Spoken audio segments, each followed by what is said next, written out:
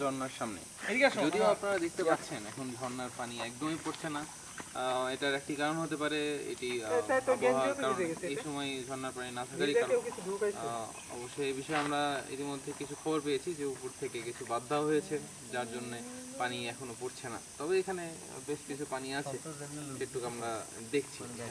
আমরা সহস্রধারা এই ঝর্ণাতে এখানে উপরের রাস্তা থেকে 400 সামথিং 28টার মতো সিঁড়ি, 38 একটু বেশি হবে, এরকম সিঁড়ি বেয়ে নেমে এসে ঝর্ণাটি পড়বে। আপনারা বর্ষার সিজনে যদি আসেন তাহলে এটি খুব সুন্দরভাবে উপভোগ করতে পারবেন। এখানে আজকে আমরা এসেছি, এখানে কোনো লোকজন আসে নাই, কারণ নর্মালি সময়ে এখানে কেউ আসে না, তো বেশ একটা নীরবতা বিরাজ করছে। তো অন্য সময় অনেক লোকজন আসে এখানে, তো আপনারা আসবেন এবং ঝর্ণাটি উপভোগ করবেন।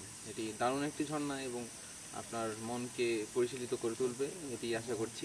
তো আজকের এই ট্যুর, আমাদের যে ট্রাভেল ফুডের এই নতুন এপিসোড আজকের মতো এখানেই শেষ হচ্ছে। আজকে আমাদের সেগমেন্ট ছিল চিটাগং এবং চিটাগংয়ের পাশে সীতাকুণ্ডু এবং চন্দ্রনাথ পর্বত এবং সাথে সহস্রধারা ঝর্ণা। যদিও আমরা আজকে খাবারের কোনো বিষয় দেখাতে পারিনি, কারণ আমাদের বেশ কিছু টেকনিক্যাল প্রবলেম ছিল, যার জন্য আমরা সেটাই দেখাতে পারিনি। তো সেই জন্যে অনেক দুঃখিত।